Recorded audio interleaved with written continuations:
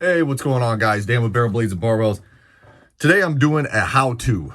And I'm sure there's probably a lot of how-tos on how to stipple stuff, but this is kind of my maiden voyage into stippling. I've practiced on a couple of AR-15 grips. Here's one that I actually just finished up. Nothing fancy, kind of decent borders. Nothing too terribly complicated on this one. I just went with a small dot. My brother-in-law was building a left-handed AR, and he wanted a custom grip, and I was like, I got an extra one, so I did this quick for him. But I wanted to try a different pattern, more of a, instead of just a random pattern, give it kind of a random, but with a kind of a set design, so to speak. So what I did is, because these P80s, I got a bunch of these things, these P-mags. Somebody told me that the polymer on these you can actually practice on pretty well. So this is what I've been doing. So that's a Pro Mag. Where's the other P-mag at? Here's one of the windowed ones, but you can see they come smooth on these indented spots. So what I did is, on the indented spots, to keep from having to do any kind of border work on it, I basically just took my wood burner and started going to town on it. This side is not done, so this is the side I'm going to show you guys what I'm actually doing. I think it gives it a kind of a nice custom look, and it does give you a little more grip, which is kind of nice. I'm not sure if I'm going to do the back yet, because that was going to be kind of weird with that stair step that it's got, but I might give it a shot just so you can get a little grip on the back there. But the front definitely came out clean. So what I'm going to do is turn my camera and see if I can get it facing down so you guys can see what the heck. Okay, hopefully you guys can see well, or at least decent, on what I'm doing here. But all I've got is a Weller 25 watt wood burner here, and it's got just a kind of a small point tip on it. So when I first started, I was drawing lines. I was drawing a line right here and right here. It didn't have to be exact, just to kind of give myself some reference lines. But once I got going, I figured out that I didn't necessarily need them. You can kind of see as you're going where your line actually is. But I don't really have a name for whatever they call it, you know, what this pattern is, so to speak. But basically all I'm doing is just kind of an up and down S shape, or a figure 8, if you will. So just kind of squiggly dragging it across the face of this P-mag here. And I know it kind of looks like crap when you start it, but as it fills in the gaps, the flat portions, you'll start to notice that it doesn't necessarily give it a pattern, but it gives it a just like a unique fill look. The other thing about these random style just dots or squiggles or whatever is, if you're doing like the crosshatch where you've got the 2 or 3 crossways, then then the same going up and down, 2 and 2 or 3 and 3, however you want to do it. If you get off on your lines, it starts throwing off all the way down. So for beginners, I definitely suggest starting with a more of a random pattern versus something that's symmetrical, because the symmetrical is obviously way more difficult to do. This here, nothing fancy. I wanted something to give it a little more grip. If you notice that there's a spot where, hey, I didn't like the way I got up against the line, just touch it. So all you gotta do is just kind of push into it a little bit. And I am not putting a whole lot of pressure on this at all. Like, just enough to hold it down, essentially, is all I'm doing. But as you can see, it starts filling in the flat spots, and I'll spin it around this way so you can see with the light a little better. So you can see where there are lines going across, but they're so randomized that you can't really tell that it's any type of a pattern. I do actually like this kind of pattern for just a simple grip, and it's almost like a sandpaper style grip, and obviously it's super easy to do. Having a bunch of PMags laying around that I don't really necessarily care if they look like jacked up. It's kind of nice for stuff like this, because you can just practice and practice and practice, and you know, even if you burn a hole straight through the thing, you're out what, like 10, 12 bucks tops, versus if you jack up on a, you know, a Glock frame or a SIG frame or something like that, you're out a few $100s, or a whole gun. So until you get kind of an idea of what your pattern that you want to do is, and how calm you can keep your hand. That's the other thing, is trying to keep your hand calm. I will say, if you look on this side over here, I've got my forearm. I have a shake in my elbow and my wrist. So I like to brace my elbow and my forearm so it takes that tension off of my hand, so I can kind of just work it back and forth. I will say that I found with this pattern, dragging it from my offhand towards my strong hand, so left to right for me, is ideal. I did try going the other way, and that did not work very well.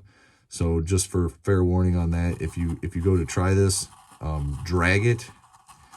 And if you notice right here where this PMag logo is, I'm just pushing right up to where it's at and stopping and going back the other way.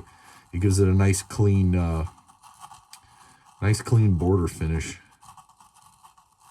You don't have to get crazy, and you can see there's a couple little spots where I didn't get all the way up against the lower line. Just go back and touch them a little bit, and it will clean it up, fill it in. You know, that's the nice thing about these randomized patterns, is there's no necessarily right or wrong or good or bad, so to speak, on it. It's just give it some grip and fill it in.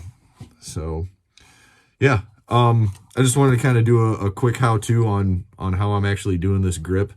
I think it's turning out pretty well. I'm gonna just I'm gonna stop and do some filming and try to get this back here done, but we're gonna try fast forwarding through some of this for you guys. So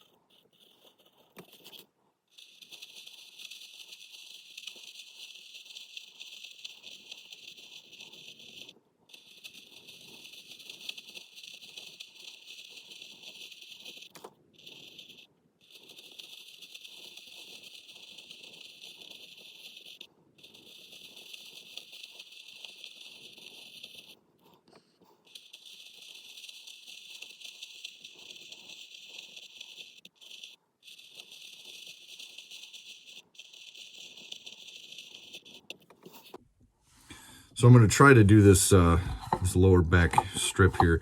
I already got this side done, but I haven't done this side.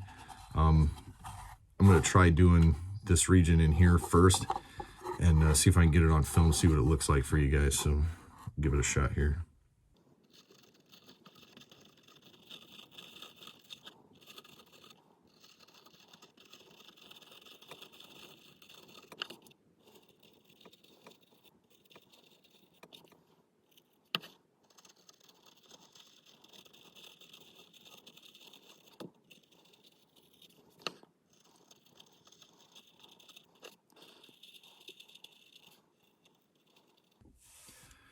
All right, so all I got left is this one little section right here, and I'll have this thing pretty much done. I'm gonna throw the base plate back on and see what it looks like finished. So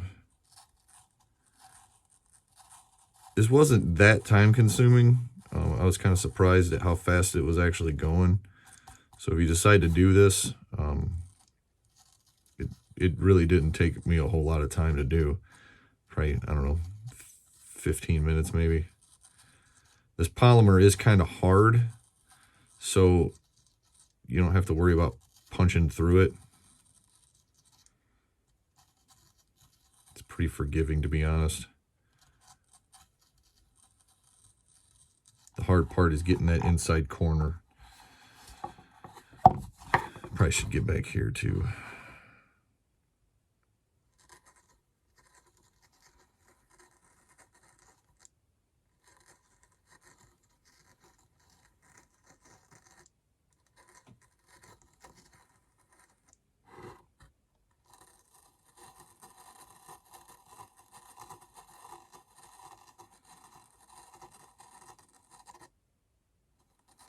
I'm not sure if on the film, if on this video you can hear it, but you can actually kind of hear the polymer burning as I'm dragging this across.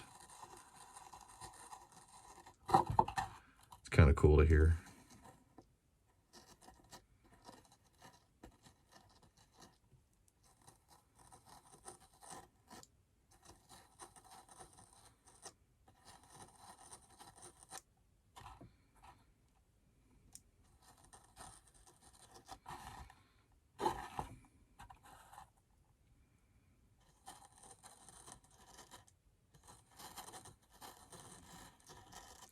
And basically all you're doing though is pushing the polymer around as you're, with the heat, it just kind of melts and you just kind of push it randomly into a direction and it kind of balls up a little bit and then you leave it.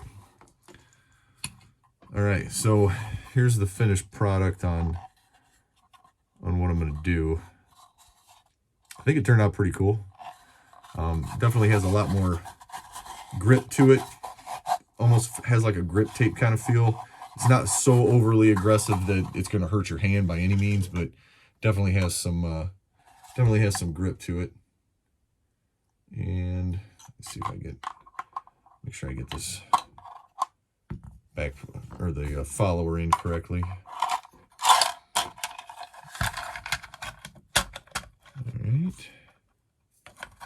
And slide that back on like that. I think it turned out pretty well on the bottom there. Doesn't look too crazy. Probably could have done that portion right there, but I didn't want to go crazy and jack up something that needed to be non-textured. But I think it turned out well.